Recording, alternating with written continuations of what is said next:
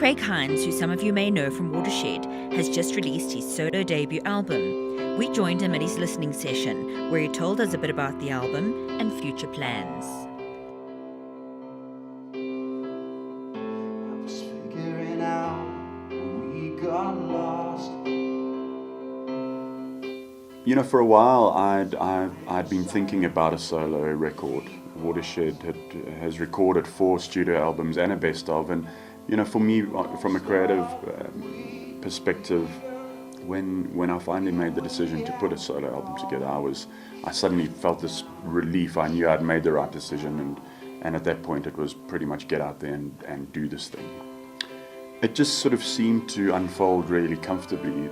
I think I was probably a little bit more critical when it came to the actual songs, making sure that those songs are 100% perfect, make sure the lyrics are perfect, making sure the melodies are spot on. I just really wanted to have an album of my own where, you know, that I can talk about. It was another creative outlet for me to put a solo album together.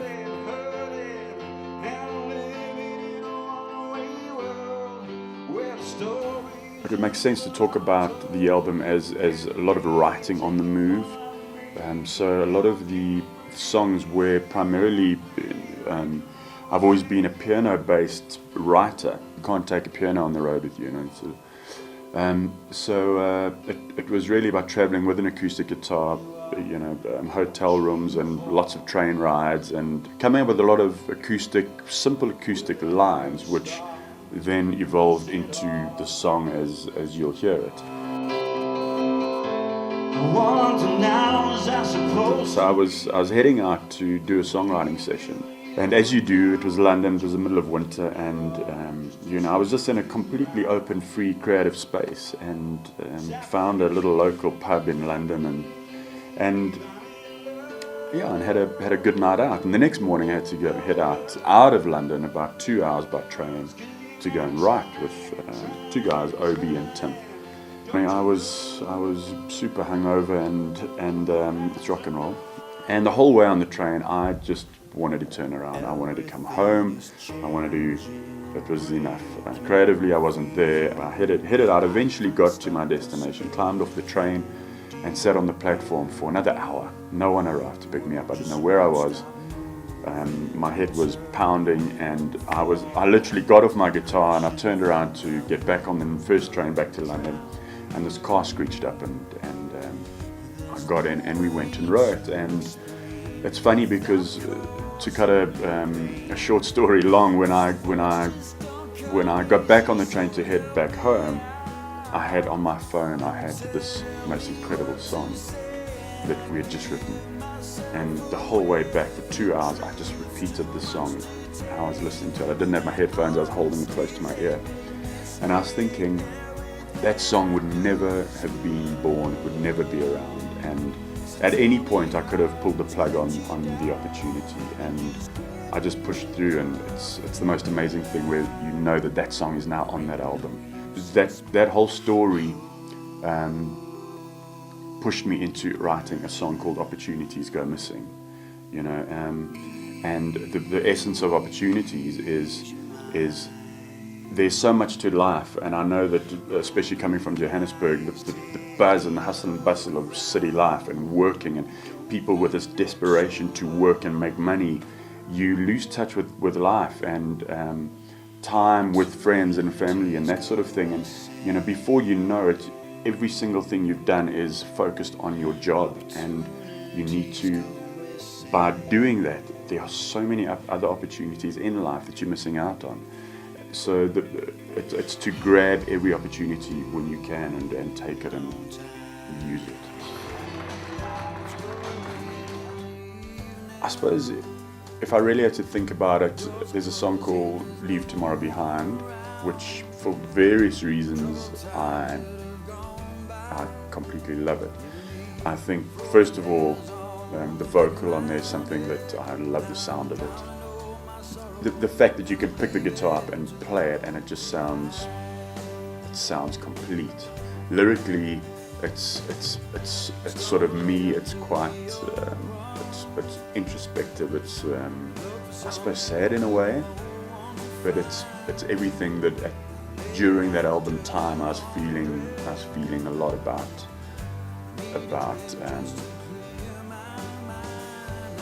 that song. It's called Leave Tomorrow Behind. So it's like live for now. Everything's happening now. Don't worry about tomorrow. Yeah, a couple of cool songs I like. The Light I like. Ordinary Boy, Act As If. I could go on. It's my album. Tough question.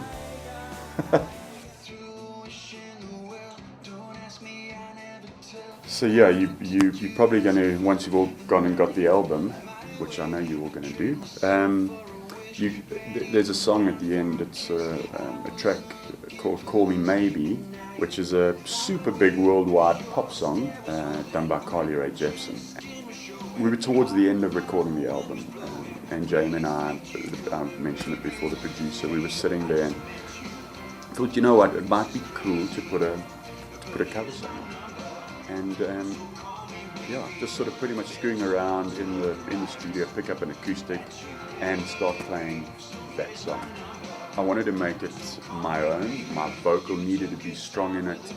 I wanted that sort of those humming things in the beginning and in the middle to be very prevalent. So there's a part of it when you start hearing the song, you don't know what's going on, and when it gets to the chorus, you say, this is that song. And I think that's the cool thing about it. But it's the type of song that we can put out there, even with the new single. I think it's got potential to do stuff on radio, and it's just a fun thing. You can get so caught up in yourself and your album, and I think artists can sometimes become a little bit too precious about an original album, and it doesn't mean anything. There are 11 songs on there, there are 11 original tracks. So to put a song like that on is cool, and we had a lot of fun doing it. It was really great. As an artist and having a career in a if I could say profile band, you get very caught up in that band, and everything becomes that band and what is Watershed doing. But I think as a songwriter, which is a big part of my career,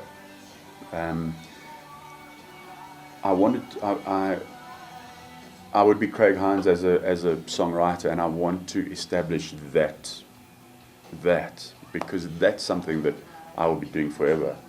I'm not going to be touring forever, or obviously touring for the next couple of years, but I think I got this incredible buzz from the idea of creating a new brand and releasing a solo album. But at the same time, I had to be very careful not to jeopardize Watershed as a touring, successful performing band. So I'm sure there are a lot of questions out there regarding Watershed and what's happening. And the answer to that is that Watershed is very much together. We're preparing for a new album. We haven't thought of exactly when. But for me now, it was to finish my first solo album, to work on something new creatively, and to give a solo album a fair shot, give it a full go, and work on it as hard as I possibly can, which is what we've been doing with Watershed for many years now. So it's all or nothing. So whilst I'm creating the new brand of Craig Hinds and Ordinary Boy, Watershed is there, and Watershed is on the road currently. Now that the Craig Hinds album is out, I'll obviously be on the road touring that album. And at the end of it, the title of the album is, it was something that, for me, before I got into music, I was a school teacher, and I always saw myself as pretty ordinary, and I still do.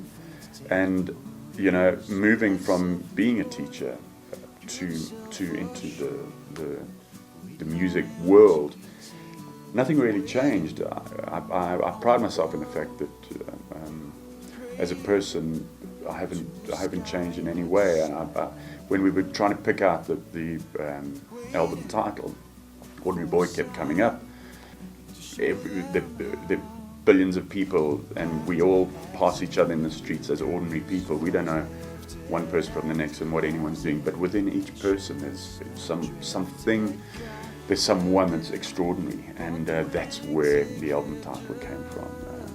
And so I'm going to whistle a little melody for you.